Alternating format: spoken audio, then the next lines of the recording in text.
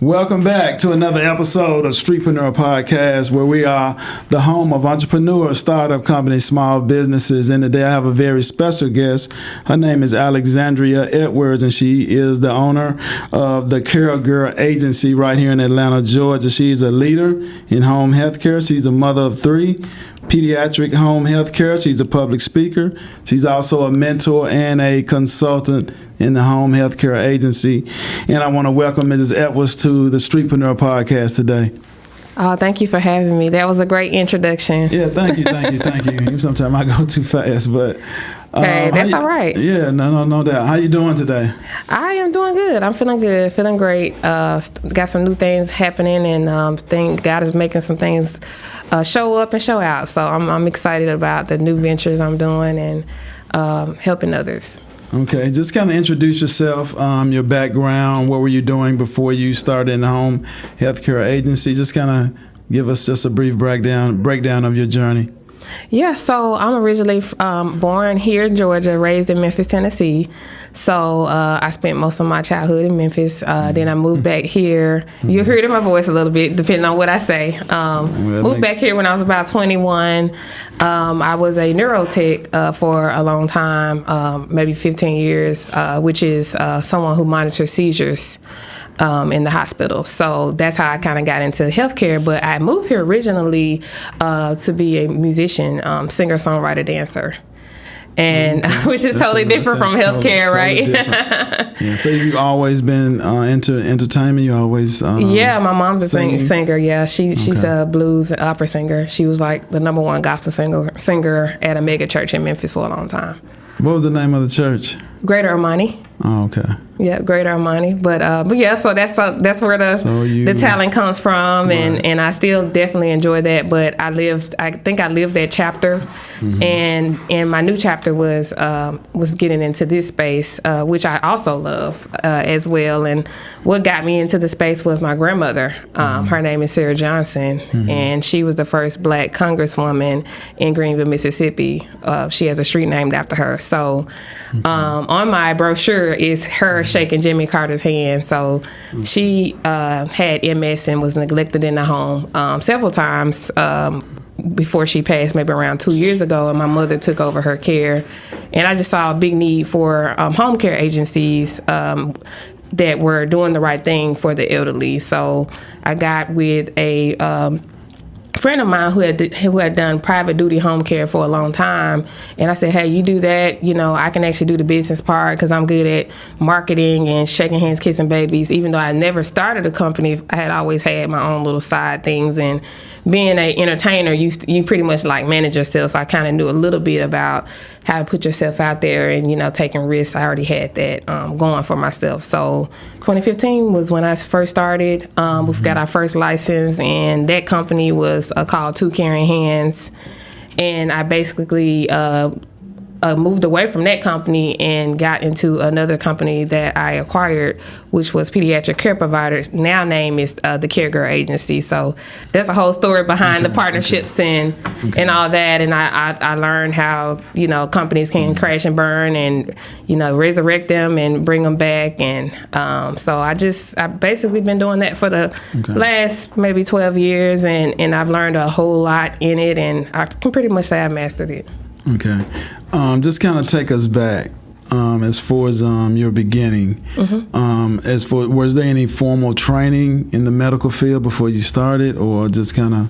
Yeah. So I licenses you had to acquire first. So I have an associate degree in medical assisting. So my first job, I was a medical assistant for a neurologist, but I also was her office manager. She wanted me to be all the roles at 19 years old in Memphis. So she was the only Black female neurologist that I knew. And I learned I got a certification to be the neurophysiology tech as well. So I got that early on experience of managing a company at 19.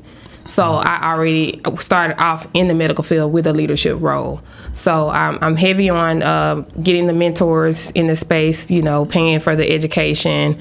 And I didn't have to go to school to run this company, but I did have to get my Georgia State license permit to run a home care agency, and you have to sit through Medicaid classes and different classes like that. But I'm really big on personal development anyway.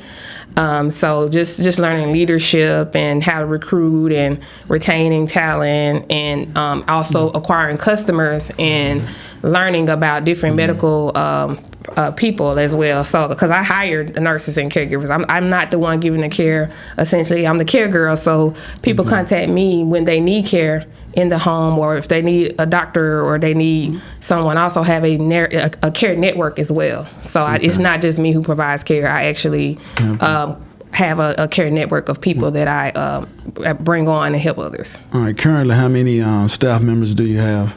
I have over 30 people out in the field. So it grows up and down. It just really depends. But I can call on, I got about 80 nurses on my tab right now. Okay. Yeah. And as far as finding clients, is that something that you do? Do you contact the hospital? How do you find your clients for the business? So usually they find me because I do a lot of organic content on like Instagram, Twitter, TikTok.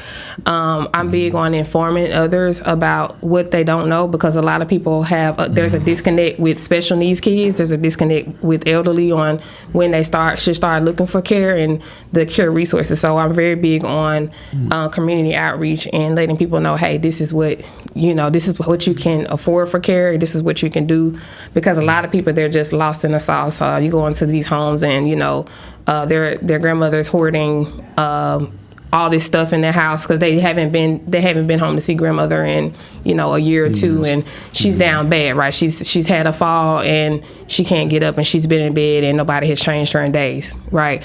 So a lot of times, especially in the Black community, you see where there's a lot of neglect because guess what? Everybody's in survival mode. So I'm trying to really go on a tour about like, hey, this is what you should do before it gets to that point, right? Or at the first point of diagnoses. Even with special needs kids, I see families divorcing, or one parent taking on all of the work and the other parent has to go out and work because these medical bills are so high. So how can we bridge the gap between care, getting the care and the information to receive the care without breaking the bank? That's something that I'm very, very big on. So a lot of times it's word of mouth. I socialize with caseworkers. I do a lot of shaking hands, kissing babies out in the community. Okay. I go to events, but since I've been doing it so long, people just call me all the time. So that's how I basically get those leads as well. Right. So as far as services, when the nurses come into the home,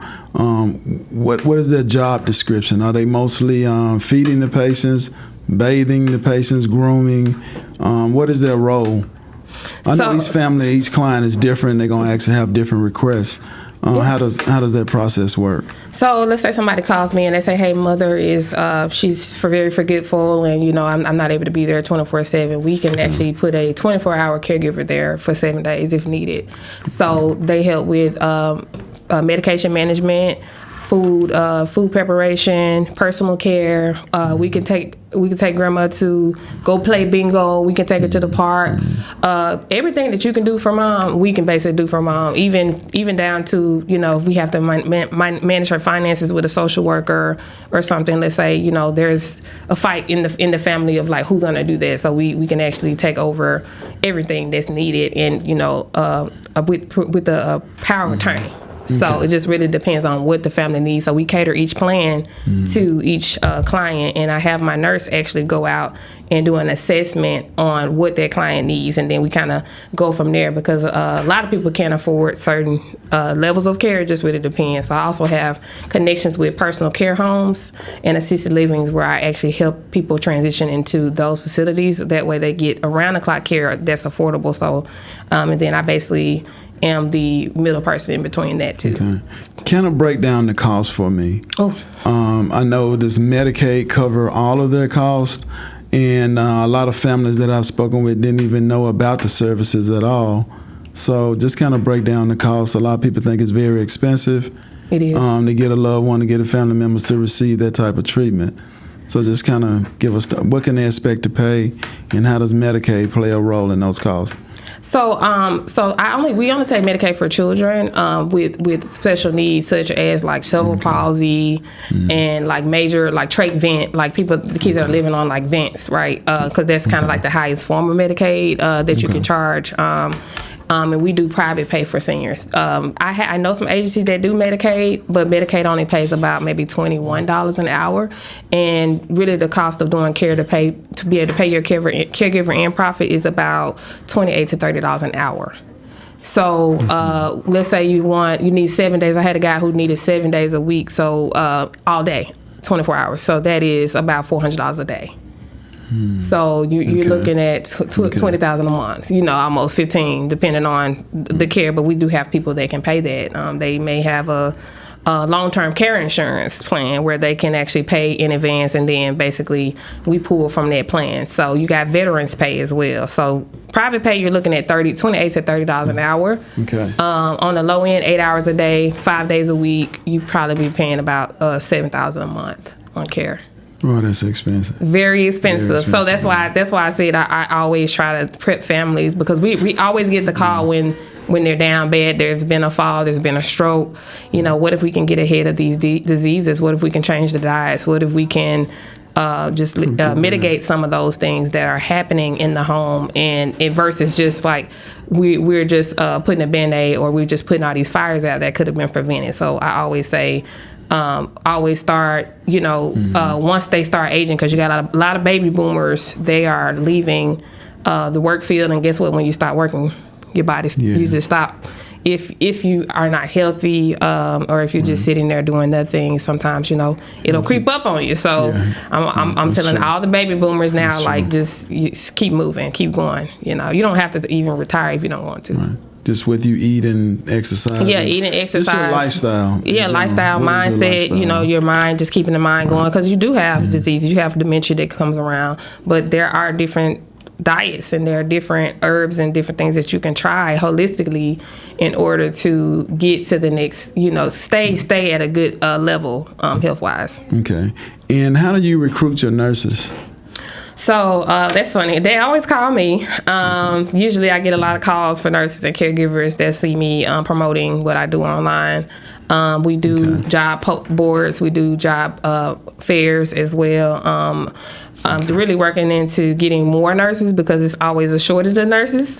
People are always fighting over nurses, but I want good people that this is what they love to do. I don't want anybody like, hey, penny pinching, or like, oh, I got to get paid for this, or I got to get paid for that. Because there's a lot of people in it just for the money, which I get it. But at the same time, if you are, a company that's growing, you may not be able to pay what a Northside hospital may be able to pay. So, and then if you're solely based on Medicaid, you definitely can't pay what they pay. So it's always a struggle in that arena for me. Okay. And do they have to be with LPNs or RNs, or what professional backgrounds do you usually look for? LPN and RN, so registered nurse and licensed practical nurses. And then we do we train people to be home health aides. So if somebody has some type of healthcare experience and they want to be a sitter, which a sitter can only prepare food and sit with a client. Let's say Uncle Tony, needs, his wife died and he needs a care companion. So we'll send somebody maybe close to his age. We'll send a care girl out to him, and she'll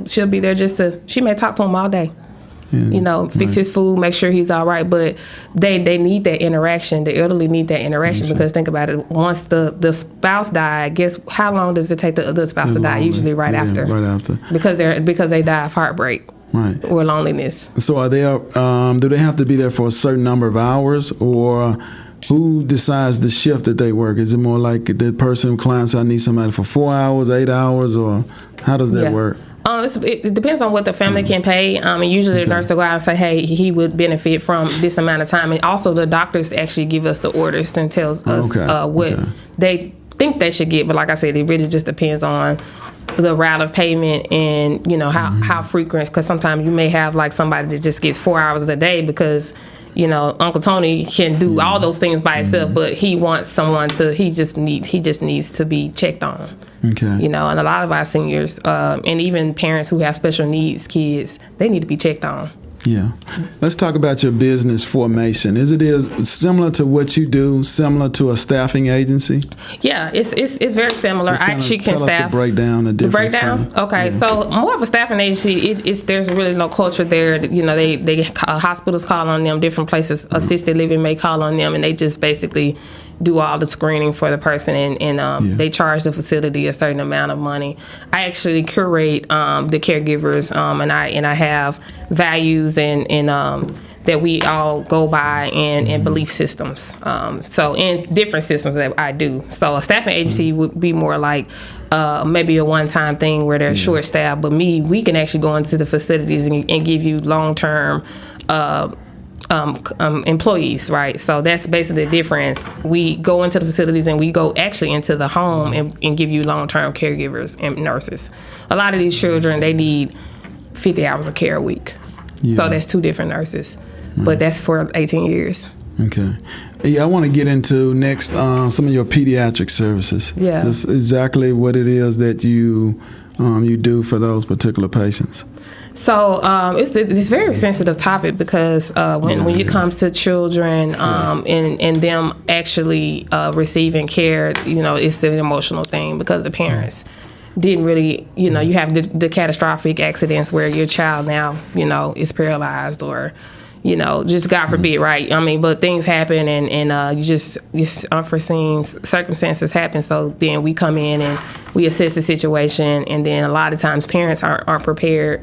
Or they don't have the money to actually to give the care. So a lot of times you have one parent that will leave work and be the primary caregiver, and then one parent will go. If that's the case, sometimes you have single moms or a single dad. I've seen plenty of times where they are left behind with the child, and so I mean I've walked into house with caseworkers. So you know I had one case where another agency called me. They said, before you take this case, you need to go to the house.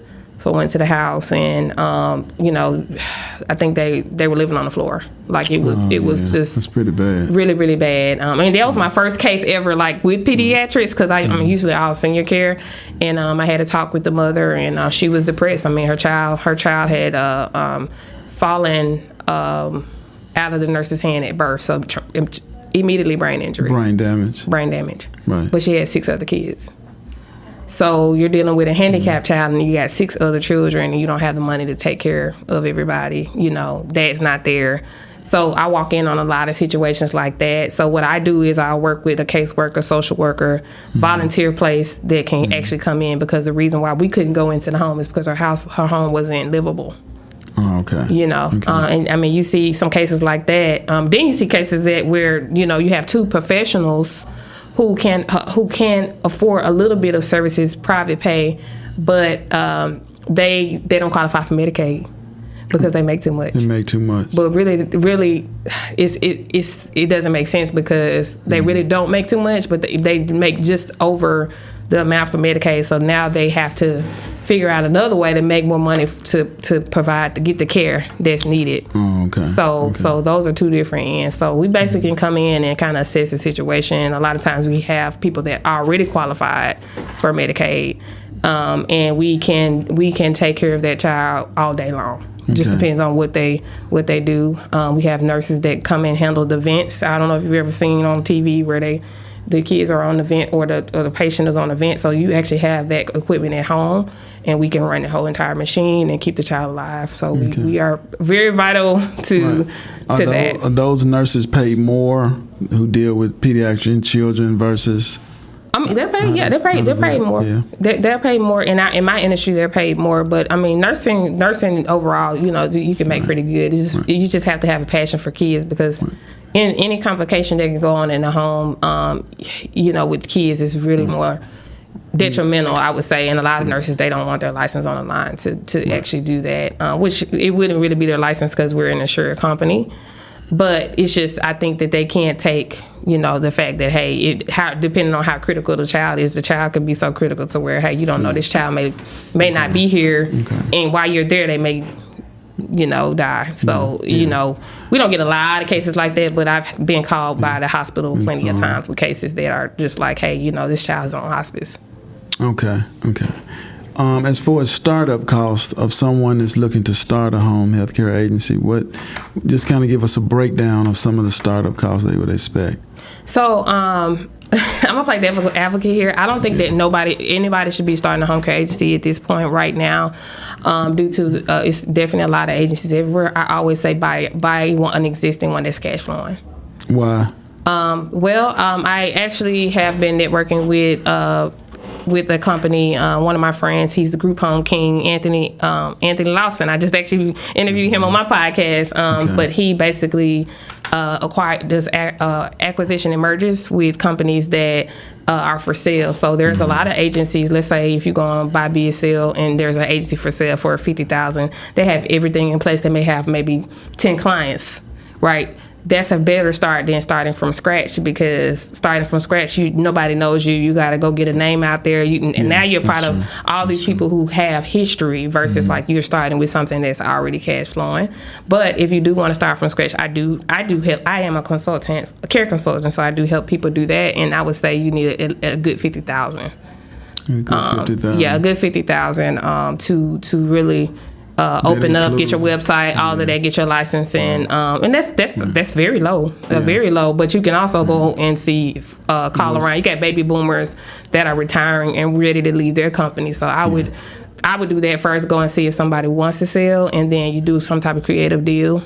Of course, because you may not have all the money up front. Yeah. So that's what I would suggest to do. That's a little nugget right there. Not a lot of people are saying it because they want you to buy their course, or they want you to buy, their consulting services. But I'm telling people right now, like, if you can get into the industry, find a broker or somebody. Not even a broker. Like I actually just call different agencies and hey, who's the owner? Get their email and let them know, hey, I'm open to buying your company. And you just let's have a conversation. Because I have people who inbox me on LinkedIn all the time asking to buy. Because you got private equity owners that are buying these agencies and they're rolling them up into $1 million portfolios, and I'm telling. So they're buying all the agencies up right now. Right. So you think it's harder for smaller agencies right now? Or they are getting offered money to buy them out? It's plenty of people out here that need help, that need care, but the people who have the money to advertise and to get out there and have more marketers in the field, that's who make the most money. That's the truth. So for me, like the way that I do it, being the care girl, I kind of put my face out there. I am the brand. So that's how I get more clients, and I don't depend on just the company name. So okay, as of right now, to date, how many clients do you currently serve? From 50 to 100. It just really depends on the census that we have. Some people, they get on and they pass. But most of my kids, they stay on boards. I've been consistently high six figures, looking to do a meal this year. Soon. This year. Well, I had to fix my foundation. That's one thing that I when I do mentor people who start agencies or have current agencies, if your foundation isn't set at a good thing, you have to follow certain measures, and you do have to get mentors who have fallen and who have come back up, because you have a lot of home health mentors or that are in the field that they don't even have agencies anymore, and they are coaching you off of something that used to work but doesn't work now today. Okay.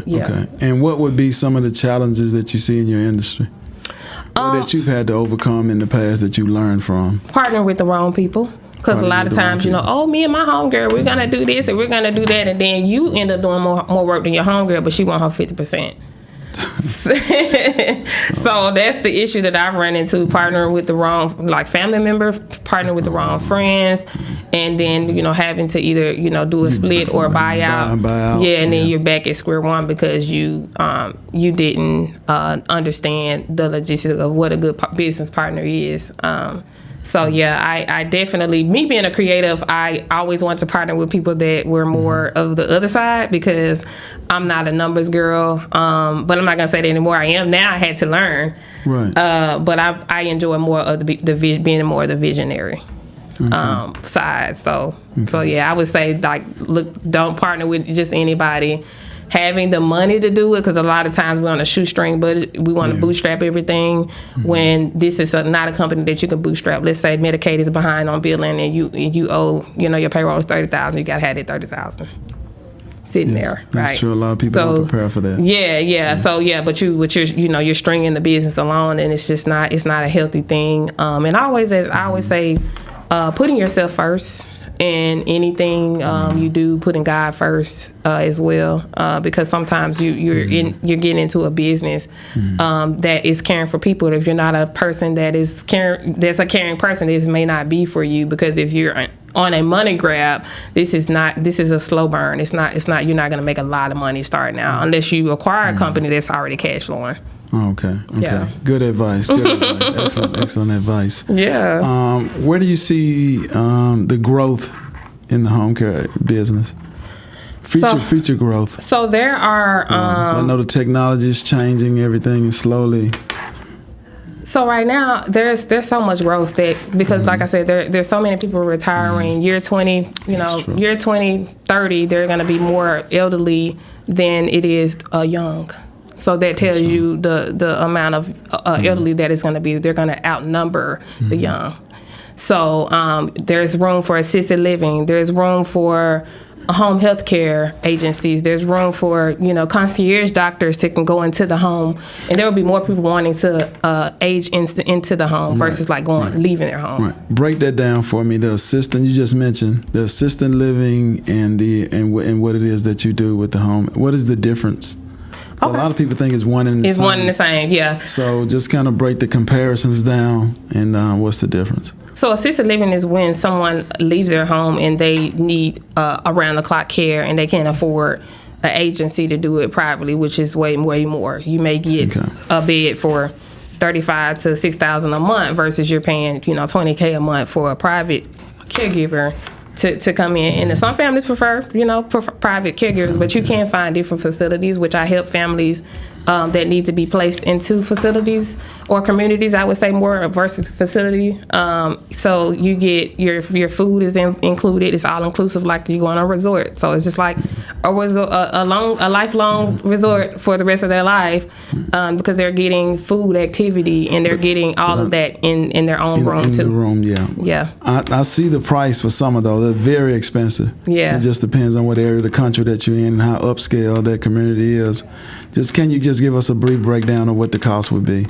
So from the lowest, which is maybe like a 6-bedroom personal care home, you may have a roommate. You probably get that situation for $25 a month, right? Okay. If you want your own room in a personal care home, you're looking at $35,000 to $4,000. Now, if you're going to the higher scale buildings where they have a physician on standby, they have all the different activities and just really nice setup. You got a pool there, whatever. You're looking at $5,000 to $75 a month. With care included. Okay. So that's you're still cheaper, but you have your family members who have a nice home, but they just want a caregiver. And guess what? If we can't afford a caregiver to be there, what can we afford? And then, as I always tell the kids, the number one thing that I hear the elderly say is, I wish that my own kids would come take care of me. Or I wish I could stay with my own kids. So I think a lot of times we're looking for other people to help with our parents, but certain cultures, they don't do that. They actually move mom in with you, right. And they spend those last years, and they may have a caregiver, like one of our caregivers, come out and actually help in the while you're at work or whatever. But we can actually train family members as well to help take care of their loved one, because it's just a different ending for them. Yeah. And why you think that's so prevalent in the Black community? We're not prepared for it. Everybody's in survival mode. Everybody's just, hey, I got to go get a bag, and they're not concerned about somebody. And sometimes there's a lot of ill feelings between parents that may not have been there. So they turn off the emotions and they say, hey, that's their problem, right? So I see a lot of that. You got estranged children from outside of the family that may come and take care of a family member that they never grew up with, because they have the heart for everybody. It's not for everybody. Not for everybody. It's not for everybody. You may be married to your wife, might be like, listen, I'm never moving your mom in. I don't like your mom. you know. So that's a clash of heads, but that should be a conversation, you know, you have when you see mom aging. Hey, listen, this is something that I discussed. She's with her, and you know, they're not gonna be here forever. Right, that's true. You know, they walk us into elementary school. We walk them into a nursing home. You know, say that again. I said they walk us into elementary school. We walk them into a nursing home and say, okay, see you later. Yeah, that's powerful. You know, and that's the saddest thing that I've ever seen in my life is like, okay, have we really, really figured out, you know, another way? Because I have a different ways in my mind creatively where we can make this work. So everybody may be struggling, and they call it the sandwich generation, where like the younger adults, the millennials, are now having to take care of some parents because of you know, their daughter or son may not want to take care of them. So they're my age now trying to take care. I'm getting more calls from younger than it is the actual adult child now. I'm getting way more calls, which is odd to me. Man, that's odd, yeah. Yeah. I think it's just like it's an overwhelming, and then you know, they may think that we can figure this out versus like, you know, somebody actually stopping their whole entire life to figure it out. I had one of my close friends, spiritual friends, put into a nursing home, and her son was from England, and he called me from her phone. And he said, your mom's in assisted living. And I was like, what? And I mean, me knowing her, like she's an elderly woman, but she's very good on her feet. So she had to have a stroke. But he said, I just wanted to know what was her state when you was with her, you know? And I said, it may have been 2 years, maybe a year or two ago. So for him to not even know the state that his mother was in, is odd to me when you're the only child. Yeah, that's so true. it's just being out of touch. This generation is dying by being out of touch with our parents and grandparents and elderly. It's we got to do better. I just know that. Think social media play a role in that, or just social media plays a role in a lot of things. I think it distracts us from what really matters. People not having that interaction. As much human interaction anymore. Yeah, I mean, they're not spending time. They're not spending time with people that matter. And then until there's a health crisis that comes, and then they're like, okay, now I need to spend time with grandmother. But versus like we actually are creating events in the family and doing different things. And like I said, it's still some animosity in a lot of families, you know, black families, other cultures as well, that doesn't allow us to actually come together, put things beside ourselves. Because group economics, we can really help everyone. It could be a community, because back in the day, communities would help the elderly and the communities would help special needs kids. But now it's just like you're in the neighborhood and don't get in my yard, you know. It's so it's a lot of people that just they don't want to be bothered anymore. Yeah, that's true. Do you do any live workshops or trainings with your company as far as going into different facilities, and how has that been working out for you? So I do coaching sometimes for entrepreneurs who are in this field. I say sometimes because it just really depends, because I get a lot of inquiries and people don't take themselves seriously. So I'm more about right now on a high level. I'm helping more corporate companies. Right now I am. I'm sitting in a chair as an administrator and marketing director for a new hospice company, Spirit Hospice. So I'm gonna name drop because that's, you know. So they basically I get paid a salary to help their company succeed, and alongside that they promote the home care as well. So I'm doing more of turnaround, businesses, and also businesses, healthcare companies that want to exit, and they may need a brand cleanup. They may need more clients. Like let's say, like this guy has a 40-bed facility, but he just like, I can't sell it. And I go in, I say, okay, we need to do this, and that. So I get equity and pay the consulting fee in order to turn it around, and I bring the investor to him to buy the place. Okay. So I do more of those situations than workshops and all that, because I have kids and I want to make the most amount of money in the least amount of time, and I do enjoy going in, creating a culture, and getting paid to actually help pick the right employees. And I may do that for somebody for a year, and then I move on to the next company. So I basically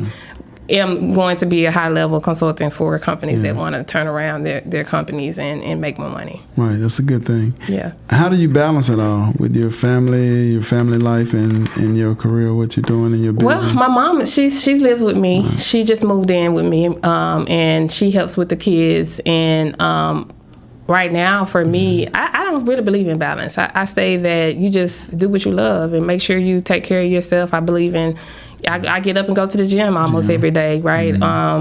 I go to yoga, I meditate. Like, it just depends on what makes you happy. I hang out with my kids. So I feel like balance as a mother is hard, but it's not impossible. But when you're on a mission, you're on a mission, and you know, when you're working those times, when you're in those times working, you work and you do what you got to do. But as far as balance, I don't believe in balance. I do believe in, if you put God first, if you put Him at the head of everything, He's gonna organize it in alignment, and things that don't align, He's gonna get out your way. Period. Right. You know, that's what I definitely believe in. Before you do any business transaction, relational transaction, anything, you put Him there, He's gonna remove it, or He's gonna make it work for you. So that's something that I'm very passionate about. Yeah. Is there anything else you want us to know? Any new development, new projects? I know you just told us about you being on the board of the hospice with that. Yeah. As far as growth and development within your company. So I definitely am growing the podcast. So it's the Care Girl Podcast, and I interview healthcare founders and wellness practitioners. So I'm definitely open to interviewing people who are disruptors in the industry in order to expose what they do to the community, because we need a lot of more traction, especially Black-owned founders, healthcare founders, on just different things that they do. I just interviewed a fellow who he's like a vegan, like he does vegan products, and not that I love meat, y'all, but I'm just exposing some of the Black-owned healthcare founders and wellness experts, because a lot of times we have a deficit of that. We're microwave generation. We want to go out and, get surgeries and do different things that will, eventually come back to bite us in our old age. So I'm trying to promote like more functional medicine and holistic practices on the podcast. So that's basically what I'm working on. And I just want to help 1 million people that need care. So if people need care, call the Care Girl. Okay, and give out your contact information. I'm on Instagram at @thecaregirl_, and I also have a website, thecaregirl.com. You can find me there. Everything online, The Care Girl. Alexandria Edwards is my name. All right, we want to thank you for coming out, taking time out of your busy schedule to come on Streetpreneur Podcast. We wish you much success, and I'm sure you're going to continue to work hard and innovate and keep on serving the families in need. Oh, yes, absolutely. Yeah, definitely. We want to thank you for so much out. for having me. I appreciate it. And we want everybody to tune in next Friday, where we have another exciting episode from another exciting entrepreneur. We want to thank everybody for coming out. Please hit that like button, hit the subscribe and the share button. And thank you. And we look forward to hearing from you next week.